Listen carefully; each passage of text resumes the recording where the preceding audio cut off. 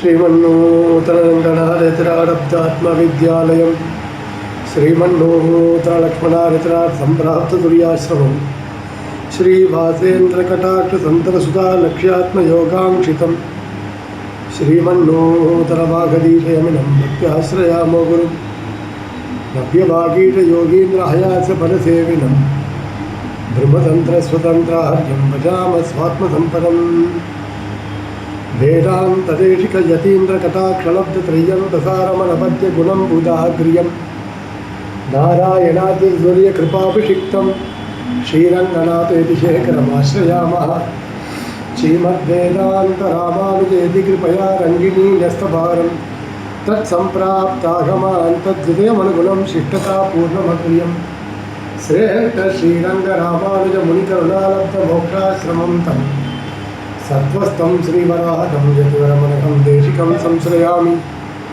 कल्याणावहमस्माकं कारुण्यकलशाम्बुदेः प्रपद्ये रङ्गनाथस्य पदपङ्कजतल्लजं श्रीमान् वेङ्कटनाथार्य कवितार्किकेसरी वेदान्ताचार्यवर्यो मे सन्निधत्तां सदा हृदि यो नित्यमच्युतपदाम्बुजयुग्मरुग्मव्यामोहतस्तरितराणि तृणाय मेने अस्मद्गुरोर्भगवतोऽस्य दयैकसिन्धोः रामानुजस्य चरणौ शरणं प्रपद्ये सारथ्यम् अर्जुनस्यादौ कुर्वन् गीतामृतं ददौ लोकत्रयोपकाराय तस्मै कृष्णात्मने नमः यत्पदाम्बोरुहध्यानविध्वस्ता शेषकल्मषः वस्तुतामुपयातोऽहं यामुनेयं नमामि तम् श्रीरङ्गवीररघुपुङ्गववेदमौली गुरुवीडतीन्द्रकरुणापरिणामबोधम्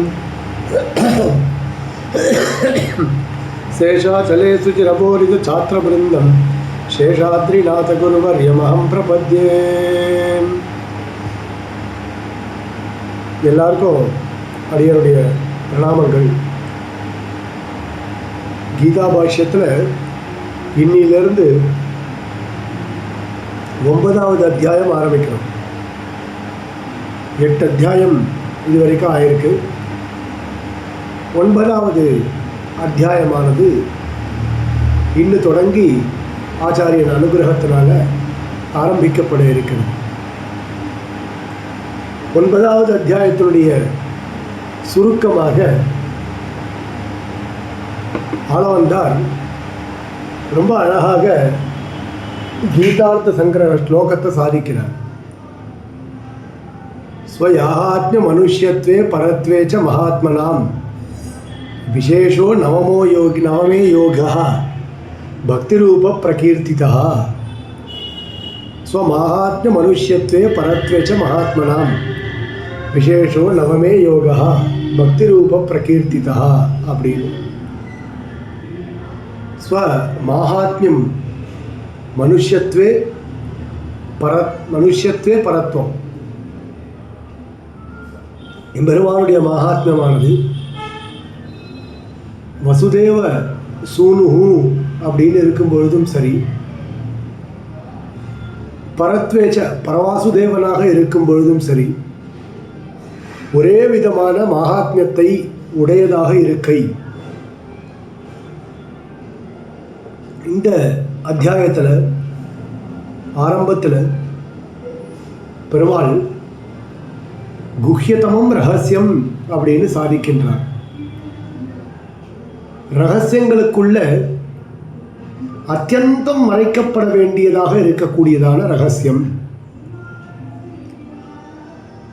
அது என்ன அப்படின்னால் பகவதா மகாத்மியம். அதே மாதிரி மகாத்மனாம் விசேஷா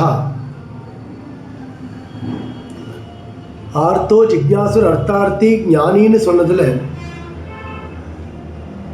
அந்த ஞானிகளுக்கு உண்டான சிறப்பானது இந்த அத்தியாயத்தில் சொல்லப்படுறது. அஸ்மத் சித்தாந்தத்தில் ஷட்கத்ரயம் இந்த பகவத்கீதை பூர்வ ஷட்கம், மத்தியம ஷட்கம், உத்தர ஷட்கம் அப்படின்னு சொல்லப்படுறது. முதல் 6 அத்தியாயங்கள்னால கர்மயோகத்தினுடைய ஞானயோகத்தினுடைய விஷயங்களாக 6 அத்தியாயங்கள் வர்ணிக்கப்பட்டு 7வது அத்தியாயம் தொடக்கமாக ஞானயோகத்தினுடைய கர்மயோகத்தினுடைய சிறப்புகளும் அதே மாதிரி பக்தி யோகத்தினுடைய பெருமைகளும் 12 அத்தியாயம் வரைக்கும் சொல்லப்பட்டிருக்கு. 13வது அத்தியாயத்திலேருந்து தொடக்கமாக பூர்வசேஷா அப்படின்னு நம்ம சித்தாந்தத்தில் பிரிச்சிருக்கான். 12 அத்தியாயங்களில் எந்த விஷயங்கள் தெரிவிக்கப்படலையோ, எந்த விஷயத்திற்கு இன்னும் விஸ்தாரம் வேண்டி இருக்கின்றதோ அதை பற்றி பகவான் தெரிவிக்கின்றார் அப்படின்னு பூர்வசேஷா அப்படின்னு சொல்லப்பட்டிருக்கு. அதில் 12 அத்தியாயங்களுக்குள்ள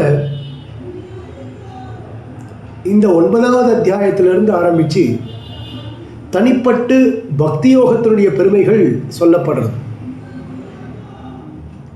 பக்தி ரூப யோகாச்ச, பக்தி யோகம் என்று சொல்லப்படக்கூடியதான உபாசனம் நவமே பிரகீர்த்திதா, நவமாத்தியாயத்திலே தெரிவிக்கப்படுகிறது அப்படின்னு சொல்றார். அதுல 2 அத்தியாயங்கள்ல 7வது அத்தியாயம் 8வது அத்தியாயம், இந்த 2 அத்தியாயங்கள்லையுமே எம்பெருமானை பற்றியதான ஒரு ஞானம் சேதனனுக்கு எப்படி தேவை அப்படின்னு சொன்னார். அந்த எம்பெருமானை குறித்ததான அந்த ஞானம்தான் பெருமாளிடத்தில் நமக்கு நிர்ஹேதுக கிருபை உண்டாவதற்கு காரணமாக இருக்கு. அதுவும் அவனுக்கு நம்ம மேல ஒரு பிரீத்தி ஏற்படுறது.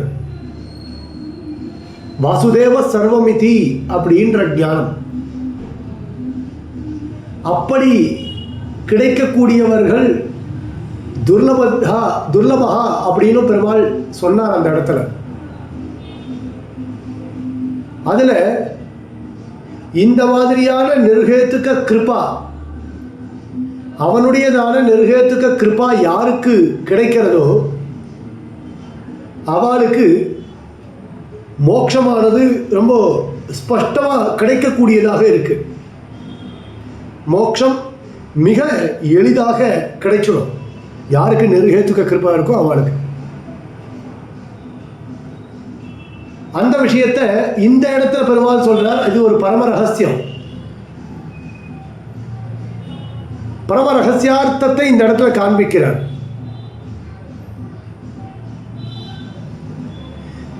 மூன்று அதிகாரிகள் இதற்கு முன்னாடி காண்பிக்கப்பட்டார்கள். ஐஸ்வர்யார்த்தி, கைவல்யார்த்தி, பகவத் சரணார்த்தி அப்படின்னு. யாருக்கெல்லாம் எம்பெருமானை பற்றிய உண்மையான ஞானமானது இல்லையோ அவர்கள் ஐஸ்வர்யார்த்திகளாகவும் கைவல்யார்த்திகளாகவும் போற்றப்பட்டார்கள். பகவத் பிராப்தி யார் விரும்புகிறாளோ, யாருக்கு பகவத் பிராப்தியானது தேவைப்படுகின்றதோ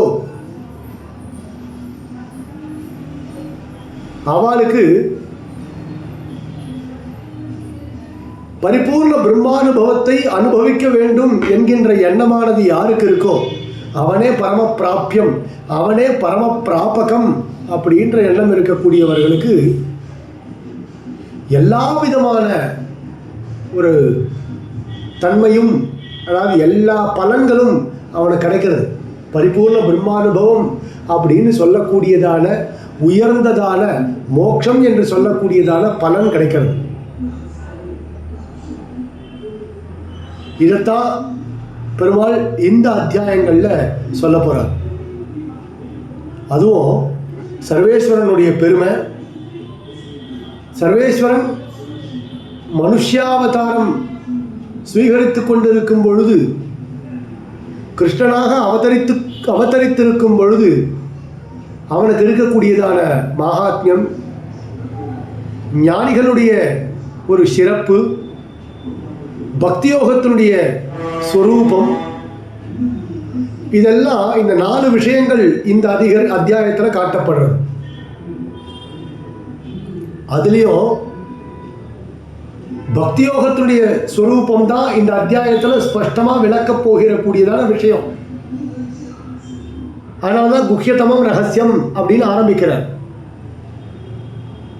ராஜவித்யா ராஜகுஹ்யம் அப்படின்னு இந்த அத்தியாயத்தினுடைய பேரே அதான். ஆகையினால இந்த அத்தியாயத்தில் பக்தியோகத்தினுடைய ஸ்வரூபம் பிரதானமாக விளக்கப்படுறது. பக்தியோகத்தினுடைய ஸ்வரூபத்தை பகவான் விளக்கும் பொழுது அதுக்கு அங்கமாக சர்வேஸ்வரனுடைய வைசிஷ்டியம்,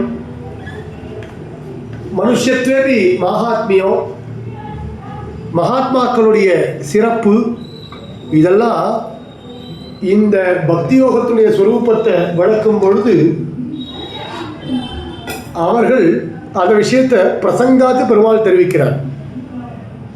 இது கீதார்த்த சங்கிரகத்தினுடைய சாரமான அர்த்தம். இப்போ பாஷ்யக்காரருடைய அவதாரிக்க வாசிக்கலாம். உபாசக பேத நிபந்தனா விசேஷாக பிரதிபாதிதாக. இதானீம் உபாஸ்யஸ்ய பரமபுருஷஸ்ய மாஹாத்மியம் ஞானினாம் விசேஷம் ச விசோத்ய பக்திரூபஸ்ய உபாசனஸ்ய ஸ்வரூபம் உச்சதே. இப்போ முன்னாடி 2 அத்தியாயங்களில் இப்போ எம்பெருமானே பரம பிராபியமாக இருக்கக்கூடியவன், எம்பெருமானே பிராபகனாகவும் இருக்கக்கூடியவன் அப்படின்றத தெளிவாக முன்னாடி 2 அத்தியாயங்கள்லையும் பெருமாள் சொல்லியிருக்கார். சின்னதாக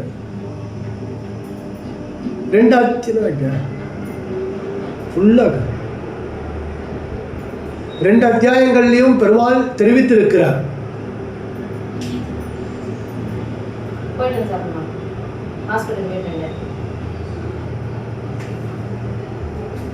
அப்படி இருந்தும் கூட அர்ஜுனன் சில கேள்விகளை இங்க கேட்கிறான். பெருமாள் பரம பிராபியனா இருக்கக்கூடியவன் நான் தான், பரம பிராபகனா இருக்கக்கூடியவனும் நான் தான் அப்படின்னு சொல்லியும் கூட அர்ஜுனன் நீ எப்படி பண்றியோ சொல்றியோ அப்படி பண்றப்பா அப்படின்னு சொல்லலை. அதனால பெருமாள் அடுத்த ஸ்டெப்புக்கு போறார். அத்தியந்த பாரதந்திரியமான ஒரு ஞானம் அர்ஜுனனுக்கு ஏற்படலை. இப்போ அத்தியந்த பாரதந்திரிய ஞானமானது ஏற்படுவதற்காக பெருமாள் என்ன பண்றார்? இந்த வேதாந்த ரகசியத்தை காண்பிக்கிறார். வேதாந்தத்துடைய அத்தியந்த ரகசியமாக இருக்கக்கூடியது பக்தி யோகம். அந்த பக்தி யோக மோட்ச சாதனமான பக்தி யோகம், மோட்சத்திற்கு சாதனமாக இருக்கக்கூடியதான பக்தி யோகம். அந்த பக்தி யோகத்தை பெருமாள் அர்ஜுனனுக்கு விளக்கி சொல்றார். இந்த இடத்துல அவன் கேட்டானோ கேட்கலையோ, ஒரு நிர்ஹேத்துக்க கிருபை இருக்கிறபடினால பெருமாள் தானாவே சொல்றார். ஏன்னா இந்த வேதனம், ஞானம், தியானம், உபாசனம் இப்படி இருக்கக்கூடியது பக்தி யோகம். பக்தி யோகம் ஸ்ருதி வாக்கியமே எனக்கு திருஷ்டவியா, ஸ்ரோதவியா, மந்தவியா, நிதித்தியாசித்தவியா அப்படின்னு உங்களுக்கு ஸ்ருதி வாக்கியம்.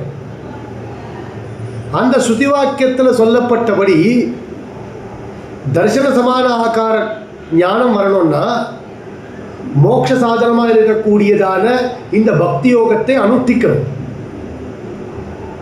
பக்தி யோகத்தை அனுஷ்டிக்கணும் அப்படின்றதுனால்தான்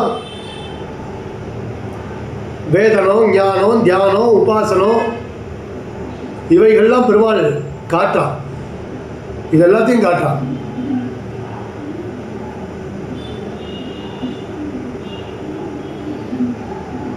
இதில் பாருங்க, உபாசக பேத நிபந்தனாக விசேஷாக பிரதிபாதிதாக. இதுக்கு முன்னாடி உபாசனத்தில் இருக்கக்கூடிய பேதங்கள் அது என்னென்ன சொல்லப்பட்டன அந்த இடத்துல?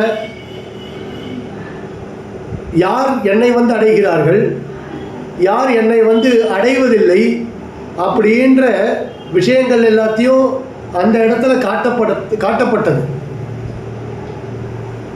இப்போ இந்த இடத்துல பெருமாள் என்ன பண்றார் அப்படின்னா, இதானியம் உபாசிய பரமபுருஷஸ்ய மகாத்மியம். உபாசகன் யாரு? ஜீவாத்மா. உபாசகன் பேதம், ஆர்த்தா ஜிக்ஞாசு, அர்த்தார்த்தி ஞானி அப்படின்னு உபாசகன்ல பேதம். இப்போ உபாசியம் யாரு? பரமாத்மா. இப்ப 4 விதமான பேதங்களை கொண்ட உபாசகர்களுக்குள்ள உபாசியனை எப்படி அவர்கள் உபாசிக்கிறார்கள் அப்படின்றது உபாசியனுடைய மகாத்மிய, உபாசியனாக இருக்கக்கூடிய கிருஷ்ணனுடைய மகாத்மியத்தை கொண்டு தெரிஞ்சுக்கிறாங்க. உள்ளதை உள்ளபடி அறிந்து கொள்ளக்கூடியவர்கள் யார்? அது யாரு உள்ளதை உள்ளபடி அறிந்து கொள்கிறார்களோ அவர்களுக்கு கிடைக்கக்கூடியதான பலன் என்ன? அப்படி அறிந்து கொள்ளாதவர்களுக்கு கிடைக்கக்கூடியதான பலன் என்ன? இப்போ அறிந்து கொள்ளாதவர்களுக்கு கிடைக்கக்கூடிய பலன் என்னன்றதை 8வது அத்தியாயத்தில் நம்ம பார்த்துட்டோம். ஐஸ்வர்யார்த்தி விஷயத்திலையும் கைவல்யார்த்தி விஷயத்திலையும் நம்ம பார்த்துட்டோம். இப்போ பாக்கி இருக்கக்கூடியது யாரு? ஞானி. அதனால பரமபுருஷனுடைய மகாத்மியத்தை சொல்லி இப்படிப்பட்ட மகாத்மியத்தை உணர்ந்தவர்கள் ஞானிகள் லோகத்தில். அதனால அந்த ஞானினாம் விசேஷம் ச விசோத்திய, ஞானிகளுடைய விசேஷங்களை இங்க தெரிவிக்கிறார், ஸ்பஷ்டமா தெரிவிக்கிறார். ஞானிகளுடைய விசேஷங்கள் ஞானினாம் விசேஷம் ச விசோத்திய பக்தி ரூபஸ்ய உபாசனஸ்ய ஸ்வரூபம் உச்சது. இந்த பக்தி ரூபமா இருக்கக்கூடிய இந்த உபாசனத்துடைய ஸ்வரூபமானது ஸ்பஷ்டமா சொல்லப்படுறது இந்த இடத்துல. ஸ்ரீ பகவானுவாச்ச இதம் துதே குஹ்யதமம் பிரவக்ஷ்யாம்யனசூயவே ஞானம் விஜ்ஞான சகிதம் யஜ்ஞாத்வா மோக்ஷ்யசே சுபாத். இதம் துதே குஹ்யதமம் பிரவக்ஷ்யாமி அனசூயவே ஞானம் விஜ்ஞான சகிதம் யஜ்ஞாத்வா மோக்ஷ்யசே அசுபாத். இதுல யஜ்ஞாத்வா அசுபாத் மோக்ஷ்யசே, எதை அறிந்து கொண்டு அசுபங்களிலிருந்து நீ விடுபடுவாயோ அதை நான் உபதேசிக்கிறேன். இப்போ எதை அறிந்து கொண்டு நீ அசுபங்களிலிருந்து விடுபடுவாய்? 4வது அத்தியாயத்திலே கூட சொன்னார். இதை எம்பெருமானுடைய அவதார ரகசியத்தை தெரிந்து கொண்டால் அது மோட்சத்திற்கு சாதனமாக இருக்கும். அதில் தாத்பரிய சந்திரிகையில் நம்ம வாசித்தோம். தாத்பரிய சந்திரிகையில் அது ஒரு கேள்வியே வந்தது. பக்தி மோட்ச சாதனம், பிரபத்தி மோட்ச சாதனம், எம்பெருமானுடைய அவதார ரகசிய ஞானம் எப்படி மோட்ச சாதனம் ஆகும் அப்படின்னா 3 மோட்ச சாதனங்கள் இருக்கா? 2 தானே, பக்தியா பரமயா வாப்பின்னு தானே சொல்லியிருக்கா. நீர் என்ன 3வது ஒரு அவதார ரகசியத்தை சொல்றேன் அப்படின்னு ஒரு கேள்வியை கேட்டு அதுக்கு சமாதானமும் சொல்லி இருக்கிறார்கள் அந்த இடத்துல. அதை இந்த இடத்துல காட்டுறார். யஜ்ஞாத்வா அசுபாத்து மோக்ஷ்யசே, எதை அறிந்து கொண்டால் அசுபத்திலிருந்து நீ விடுபடுவாயோ? நமக்கெல்லாம் தெரியும், பிராபியஸ்ய பிரம்மணோ ரூபம் பிராப்துஷ்ட பிரத்யேகாத்மனः பிராப்தி உபாயः பிராப்தி பலம் பிராப்தி விரோதி. இதெல்லாம் அர்த்த பஞ்சகம். இதில் பிராப்தி விரோதி எது இருக்கோ அதுதான் அசுபங்கள். எம்பெருமானை அடைவதற்கு எதெல்லாம் தடையாக இருக்கிறதோ அதுதான் அசுபங்கள்.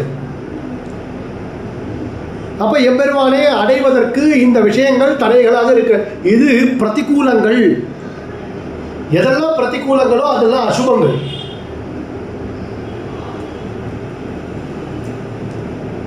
புண்ணியமோ பிரதிகூலம், பாபமோ பிரதிகூலம். ஏன்னா காராகிரகே கனகசிங்கலையாப்பி பத்தா அப்படின்னு ஆச்சாரியனே சொல்லியிருக்கார். நம்ம பெருமாளை பற்றி சொல்லும்போது இதம் குக்கியதமம் ஞானம். எப்படிப்பட்ட ஞானம்? ஞாத்வா அசுபாத்து மோக்ஷசே. எதை அறிந்து கொண்டால் அசுபங்களிலிருந்து விடுபடுவாயோ? எதை அறிந்து கொண்டால்? இந்த குக்கியதமமான ஞானத்தை அறிந்து கொண்டால்.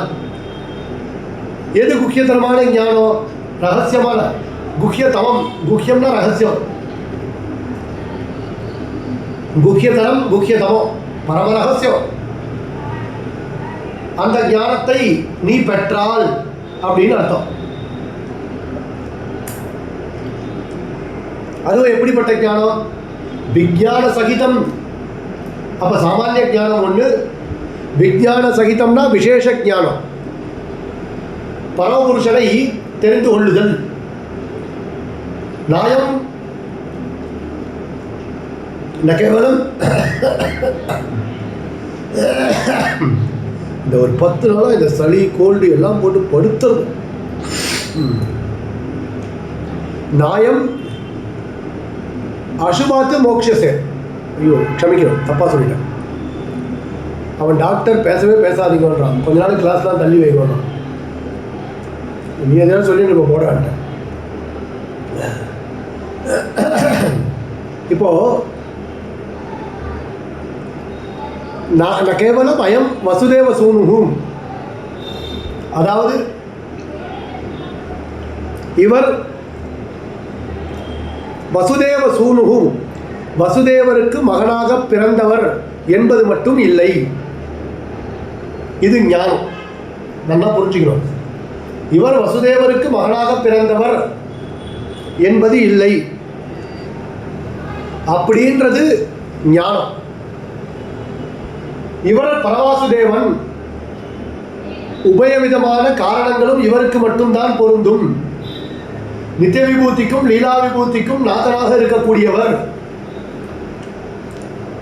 அண்ட சராச்சரங்களையும் சிருஷ்டிக்கக்கூடியவர். உபயவித சிருஷ்டிக்கும் காரணமாக இருக்கக்கூடியவர். இது விஞ்ஞான சகிதம். அப்படிப்பட்டதான அனசூயவே தே. நான் இதெல்லாம் உபதேசிக்கிறேன். என் விஷயத்தில் உனக்கு பொறாமை இல்லை இல்லையா? அதனால இதெல்லாம் நான் உபதேசிக்கிறேன். என் விஷயத்தில் பொறாமையோடு இருக்கக்கூடாது. அதாவது சில பேர் உபதேசம் கேட்க போவா, ஆச்சாரியன் என்ன பண்ணிட்டு ஆச்சாரியனை போய் உபதேசிக்க, ஆச்சாரியன் இடத்துல போய் ஆச்சாரியனை சேவிச்சுட்டு வருது. ஏன் அப்போ எல்லாம் போனோம்? சாதாரணமாக பேசும்போதே மனசில் ஒன்று வச்சுட்டு வெளியில் ஒன்று காமிக்கிறது இல்லையா? சம்மந்தமே இல்லாமல் நம்மக்கிட்ட பேசிகிட்டே இருப்பா. ஆனால் நம்மளை பற்றி தான் மற்றவர்களிடத்தில் தவறாக பேசுகிறார்கள் அப்படின்றது தெரியாமையே எல்லாம் தெரிஞ்சா போல அவர்களிடத்தில் நம்ம பேசிகிட்டு இருப்போம்.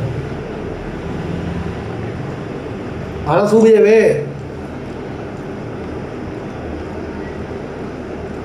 அப்படிப்பட்டதான அனசூயவே என் விஷயத்தில் பொறாமை இல்லாதவனான உனக்கு பிரவக்ஷாமி, நான் இதை தெரிவிக்கின்றேன். பாஷைகார் பக்தி பாருங்க. இதம் துதே குஹ்யதமம், இது குஹ்யதமமான ஒரு ஞானம், அத்தியந்த ரகசியமான ஒரு ஞானம். அதுவும் எப்படிப்பட்ட பக்தி ரூபமாக இருக்கக்கூடிய பக்தி யோகா அப்படின்ற ஒரு ஞானம். உபாசன கத விசேஷ ஞானம்.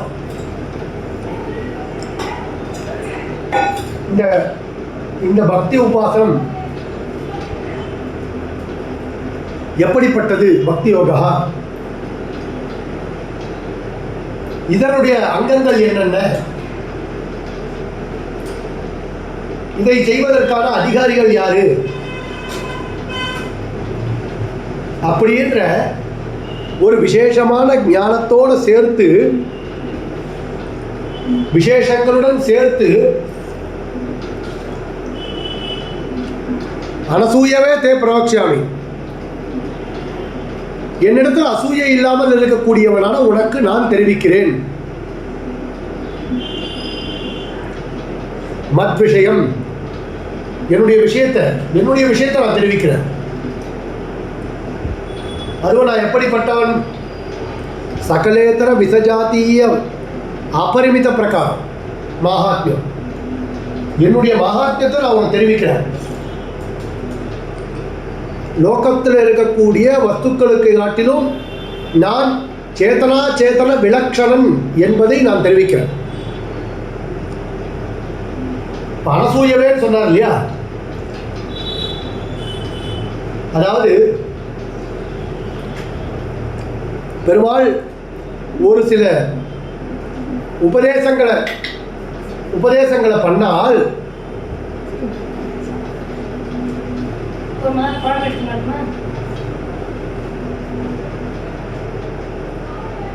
பெருமாள் ஒரு சில விசேஷங்களை பண்ணால் அந்த உபதேசங்களை பண்ணால் அந்த உபதேசங்களை யதாவத் அங்கீகரிக்கக்கூடியவர்களாக இருக்கணும். நம்ம கதையை யார்கிட்டயே நம்ம சொல்றோம், அவர்கள் இவனுக்கு என்ன அவன் பொய் சொல்லிட்டு தான் இருக்கான்,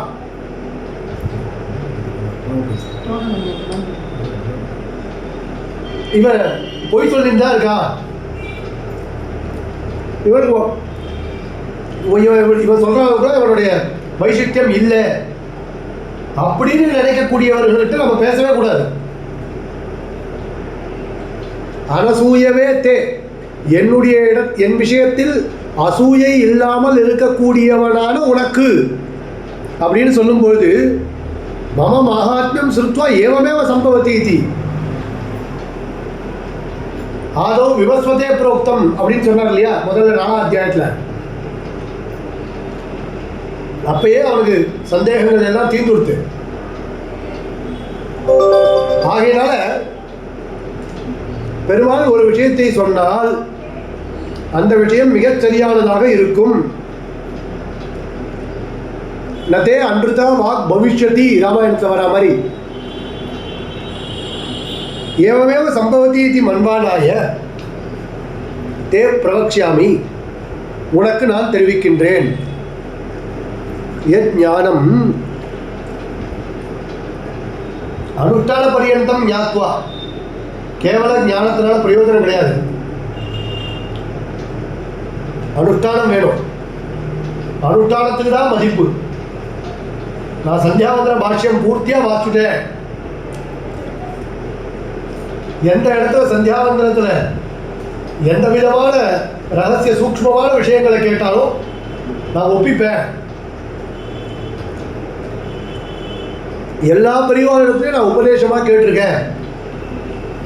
அடியன் வாசிக்காத பெரியவாளே இல்லை. ஆனா ஒன்னே ஒண்ணுதான், அடியன் சந்தியாவந்தனமே பண்றது இல்லை அப்படின்னு சொன்னா அதுல ஒன்றும் பிரயோஜனம் கிடையாது. அனுஷ்டானம் இல்லாமல் ஞானம் ஒன்றுத்துக்கும் பிரயோஜனம் இல்லை. அதனால பெருமாளே சொல்றார், யத் ஞானம் எந்த ஞானமானது அனுஷ்டான பரியந்தம் ஞாத்வா, அனுஷ்டான பரியந்தம் அதை தெரிந்து கொண்டு மத் பிராப்தி விரோதினா, என்னை வந்து அடைவதில் எதெல்லாம் பிரதிபந்தகங்களாக இருக்கின்றனவோ அந்த விரோதி பாப்பங்கள், விரோதி ரூபமான பாப்பங்கள், மோட்சத்துக்கு போக முடியல, பரிபூர்ண பிரம்மானுபவத்தை அனுபவிக்க முடியல, அது எதெல்லாம் பாப்ப தடைகளாக இருக்கின்றனவோ சர்வஸ்மாத்து அசுபாத்து விமோக்ஷசே, அப்படிப்பட்ட எல்லா விதமான அசுபங்களிலிருந்தும் நீ விடுபடுவாய் அப்படின்னு இந்த இடத்துல பெருமாள் சொல்கிறார். இதோடு இருக்கட்டும் இன்னைக்கு பாடம். நாளைக்கு சாயங்காலம் அடுத்த ஸ்லோகத்தை சொல்கிறேன். கவிதார்க்கிக சிம்மாய கல்யாண குணசாலினே ஸ்ரீமதே வெங்கடேஷாய வேதாந்த குரவே நமஹ.